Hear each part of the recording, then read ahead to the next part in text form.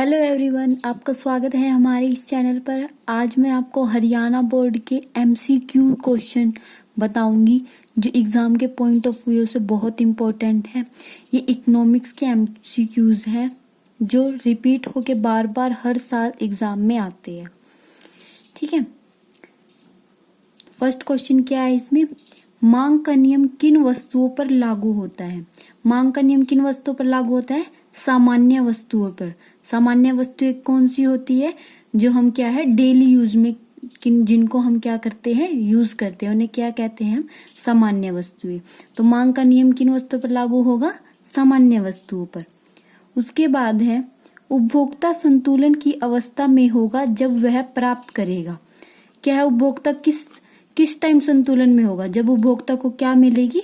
संतुष्टि ज्यादा मिलेगी, मतलब उसे खर्चा कम करना पड़ेगा, आय का मतलब कम प्रयोग करना पड़ेगा और उसे संतुष्टि ज्यादा मिलेगी। तो क्या है? उपभोक्ता संतुलन की अवस्था में होगा जब वह प्राप्त करेगा क्या? अधिकतम संतुष्टि। क्या करेगा? जब उसको क्या मिलेगी? अधिकतम संतुष्टि।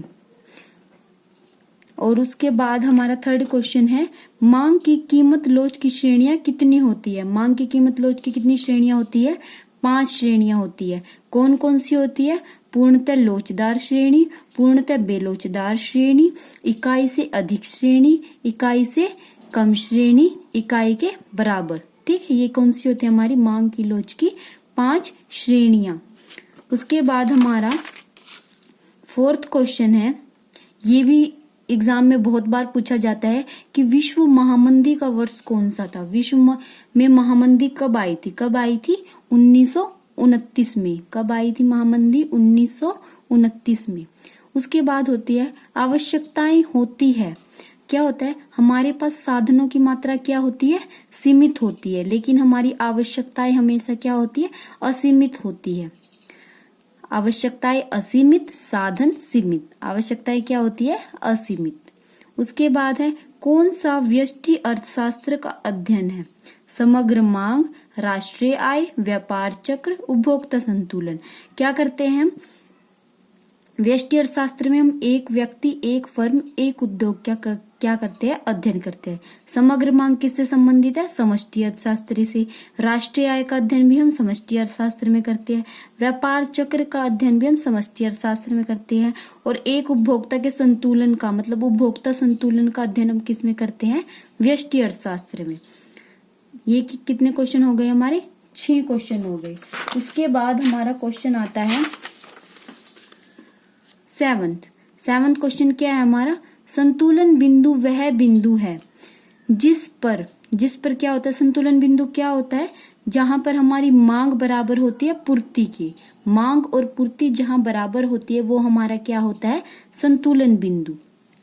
जहां पर मांग और पूर्ति एक दूसरे के बराबर होगी वो हो जाएगा संतुलन बिंदु। ये क्वेश्चन बार बार रिपीट होके हर साल एग्जाम में आते हैं, एमसीक्यूज होते हैं। ठीक है, उसके बाद हमारा 8th क्वेश्चन क्या है? दुर्लभता वह स्थिति है जिसमें एक वस्तु की मांग इसकी पूर्ति से डैश होती है। क्या होता है? मांग तो उसकी क्या होती है? ज्यादा, लेकिन उसकी पूर्ति क्या होती है? कम। पूर्ति कम क्यों होती है? क्योंकि हमारे पास साधन क्या है? दुर्लभ है, साधनों की मात्रा कम है, इस वजह से पूर्ति कम होती है और हमारी मांग क्या होती है? अधिक होती है।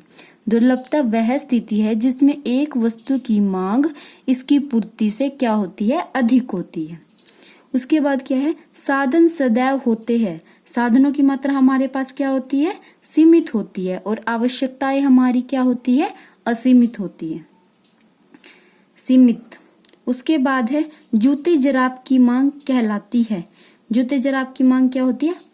पूरक वस्तुएं होती है। पूरक क्यों कहलाती है इनकी मांग? जैसे जुराब है ना, जुराब की मांग क्या हो जाएगी? किस पे डिपेंड करती है? जूते के ऊपर।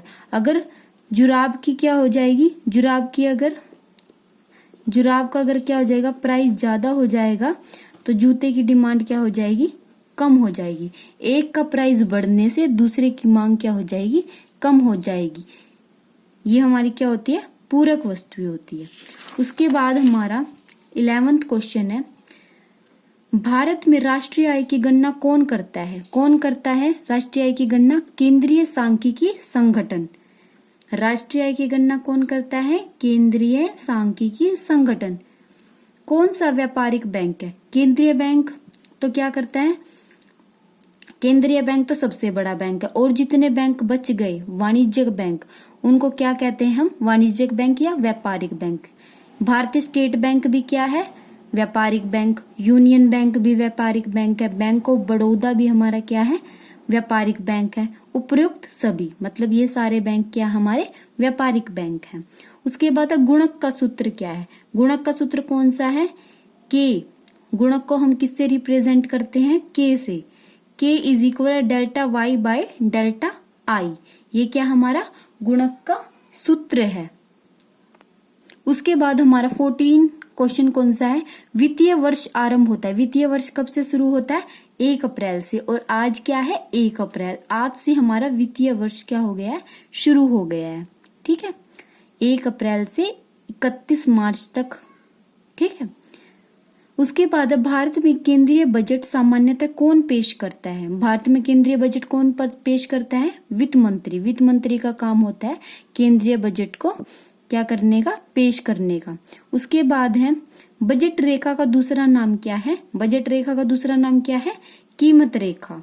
ये क्वेश्चन आप करके जाओगे ना, आपके 40 मार्क्स के क्वेश्चन आने वाले हैं आपकी बार आपके एग्जाम में। एमसीक्यू 40 मार्क के क्वेश्चन मैं आपको ये बताने वाली हूँ कि ये क्वेश्चन ही बहुत ज्यादा इंपॉर्टेंट है। एक वीडियो मैंने पिछले डाली थी एमसीक्यूज की, और एक वीडियो आज डाल रही हूँ। ठीक है, उसके बाद है माइक्रो शब्द का अर्थ। माइक्रो शब्द का अर्थ क्या होता है? छोटा। मतलब छोटा मतलब क्या होता है? व्यष्टि अर्थशास्त्र। माइक्रो शब्द का अर्थ क्या होता है? छोटा। उसके बाद हमारा 18 क्वेश्चन क्या है? आर्थिक समस्या से आप क्या समझते हैं?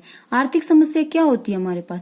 कि साधन तो हमारे पास क्या होते हैं? सीमित मात्रा में होते हैं। उन सीमित मात्रा में साधनों की वजह से हमें साधनों में चुनाव करना पड़ता है।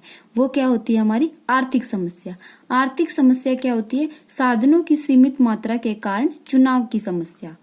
उसको हम क्या कहते हैं? हमारी आर्थिक समस्या। उसके बाद है 19 क्वेश्चन क्या है? मांग की लोच को मापने की प्रतिशत विधि अथवा आनुपातिक विधि का सूत्र क्या है? कौन सा सूत्र है उसका? ईडी। मतलब मांग की लोच को हम किससे रिप्रेजेंट करते हैं? ईडी से। इसका फॉर्मूला क्या है? P by Q is equal multiply delta Q by delta P. Delta Q को हम कैसे निकालते हैं? Q1 minus Q0। Delta P को हम कैसे निकालते हैं? P1 minus P0। Q0 हमारी ओल्ड क्वांटिटी, Q1 हमारी न्यू क्वांटिटी, P0 हमारा ओल्ड प्राइस, P1 हमारा न्यू प्राइस। हम इसको, ये हमारा सूत्र है मांग की लोच की प्रतिशत विधि का सूत्र। उसके बाद 20 क्वेश्चन क्या है? घटते बढ़ते अनुपात का नियम सदैव होता है। घटते बढ़ते अनुपात का नियम हमें किसको कहते हैं? लॉ ऑफ वेरिएबल प्रोपोर्शन, मतलब परिवर्तनशील अनुपात का नियम। ये क्वेश्चन 6 मार्क्स में भी आएगा, जिसपे मैंने एक सेपरेट वीडियो बना रखी है।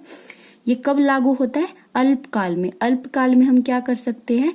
एक साधन को परिवर्तित कर सकते हैं। वो साधन क्या? हमारा श्रम। श्रम में परिवर्तन करके हम क्या कर सकते हैं? अपने उत्पादन को बढ़ा भी सकते हैं और अपने उत्पादन को घटा भी सकते हैं। तो घटते बढ़ते अनुपात का नियम कब लागू होगा? अल्पकाल में। ये हो गए हमारे 20 क्वेश्चन।